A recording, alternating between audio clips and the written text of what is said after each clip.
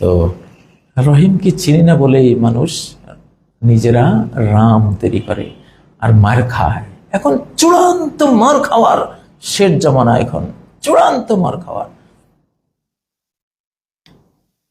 সূরা ফাতিহার প্রথম আয়াতে যে দাবিটা করা আছে, বিশ্বময় আলহামদুলিল্লাহ রাব্বিল আলামিন, একেবারে ক্লাসিক্যাল ফিজিক্স, কোয়ান্টাম ফিজিক্স, এবং যদি 11তম ডাইমেনশনে যদি যাও, বাস্তবতায় যাও, সেখানেও দেখবা সৃষ্টিকর্তার প্রশংসাময় এক বিশ্বজাহান। আল্লাহ নূরুস সামাওয়াতি ওয়াল আরদ, আসমান জমিনের তিনি তো নূর। একেবারে ক্ষুদ্রাতি ক্ষুদ্র পর্যায়ে যে জ্যোতির্ময়তা দেখো, আলোর কম্পন দেখো, সেটা কি? সেটা তিনি দিয়েছেন। তার কোন কালেমা থেকে সৃষ্টি হয়েছে? রাম থেকে কি হয়েছে? কিছুই হয়নি। রামকে তো তোমরা বানিয়েছো। যাই হোক, এই মানচিত্র আমরা রহিমের জন্য নিয়েছি, রামের জন্য নেইনি। 47-এ ফায়সালা হয়ে গেছে। এখানে কোনো শয়তানি করলে রহিমকে নিয়ে আমরা এমন একটা মার দেব ইনশাআল্লাহ, মারের ছোটে চিরতরে রামের স্বাদ মিটিয়ে দেব ইনশাআল্লাহ। রহিমকে সাথে নিয়ে বলছি, রহিম সাথে আছে। হযরত ইব্রাহিম কি বলেছিলেন? ওয়াতাল্লাহি লা আকিদান্না আসনামাকুম বা'দা আন তুওয়াল্লু মুদবিরিন, আল্লাহর কসম, আমি তোমরা এই যে নমরুদের যেই বাবা আজর, ওর বাবা আজর, ওনার বাবা আজর যে মূর্তিগুলো বানাচ্ছেন, রামগুলো বানাচ্ছেন, হযরত ইব্রাহিম বলেন যে ওয়াতাল্লাহি লা আকিদান্না আসনামাকুম, আল্লাহর কসম করে বলছি তোমাদের এই মূর্তির বিরুদ্ধে আমি অবশ্যই একটা কৌশল আমি অবলম্বন করব। কি করবে এই মূর্তিগুলো আমার, আমি দেখি। তোমরা খালি দেবালয়ের থেকে সরে যাও, তারপর তামসা দেখাচ্ছি। ফাজআলাহুম জুজাজান ইল্লা কাবীরাল্লাহুম, সবগুলোকে কুড়াল দিয়ে মেরে চূর্ণ বিচূর্ণ করে দিলেন। ইল্লা কাবীরাল্লাহুম, শুধু বড় মিয়াকে রাখলেন, রামটাকে রাখলেন।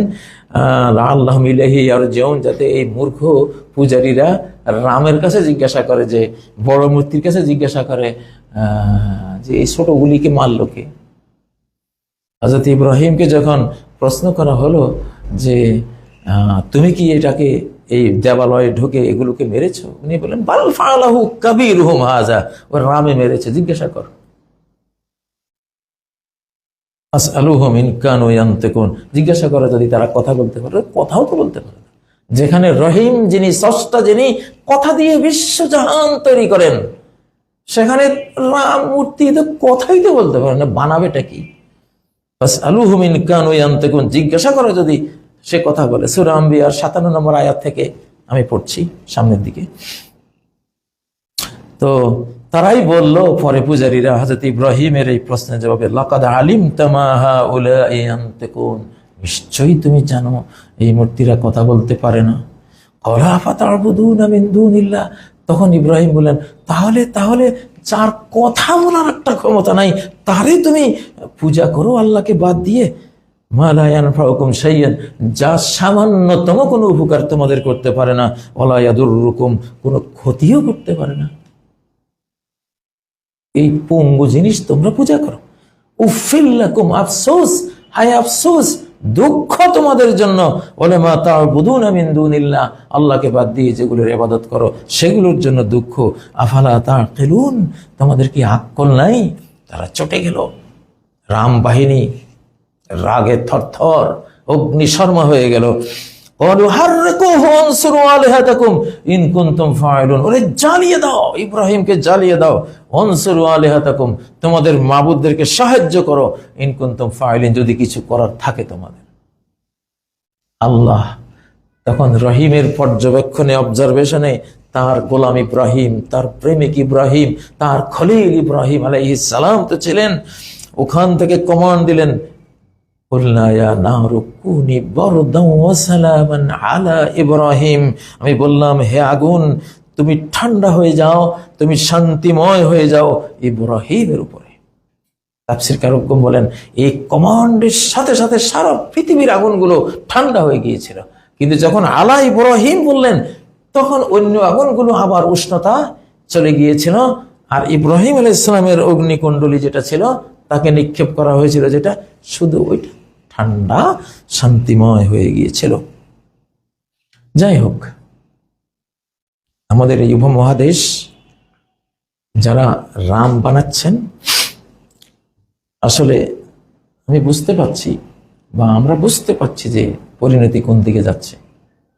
এর পরিণতি ফেরাউনের যে পরিণতি হয়েছিল, নমরুদের যে পরিণতি হয়েছিল, কওমে নূহের যে পরিণতি হয়েছিল, আদ জাতির যে পরিণতি হয়েছিল, সামুদ জাতির যা হয়েছিল, লূত আলাইহিস সালামের জাতির যে পরিণতি হয়েছিল, বিশ্বের বিভিন্ন ধ্বংসস্তূপ বা প্রত্নতত্ত্বে খোঁজ মিলে যে হারিয়ে যাওয়া যেসব শহর, নগর, বন্দর, দেশ, রাষ্ট্র, মহাদেশ যেগুলি হারিয়ে গেছে, এগুলো প্রত্নতাত্ত্বিকরা ওখানে গভীরে গেলে খুঁজে পায় কতগুলো মূর্তি আর বেহায়াপনার কতগুলো নিদর্শন। শিরিক আর বেহায়াপনা একসাথে চলে। এখন তো বাংলাদেশ কিন্তু এত সহজ কোনো দেশ নয়। বাংলাদেশের মুসলিম ভাই বোনরা, আপনাদের থেকে আল্লাহ তাআলা আপনাদের জানমাল কিনে নিয়েছেন। সূরা তাওবার 111 নম্বর আয়াতে বলেছেন, ইন্নাল্লাহা আশতারা, নিশ্চয়ই আল্লাহ ক্রয় করেছেন, মিনাল মুমিনিন, মুমিনদের থেকে, আনফুসাহুম ওয়া আমওয়ালাহুম, তাদের জান, তাদের মাল আপনারা বিক্রি করে দিয়েছেন। লা ইলাহা ইল্লাল্লাহ যেদিন পড়েছেন সেদিন রহিমের কাছে, রহমান রহিমের কাছে সব বিক্রি করে দিয়েছেন। এখন বিক্রি করে দিয়েছেন, এখন কাজ কি? যখন আক্রমণ আসবে রহিমের বিরুদ্ধে, তার আদর্শের বিরুদ্ধে, তার একত্ববাদের বিরুদ্ধে, কোন রামপন্থী যখন আক্রমণ উদ্যত হবে, ফায়াকতুলুনা ওয়া ইউকতালুন, তারা নিজেরাও তারা মারবে এবং তারা মরবে। মারতে আসলে মরতে হবে, মারতে আসলে মরতে হবে। এটা হলো কোরআনের ঘোষণা।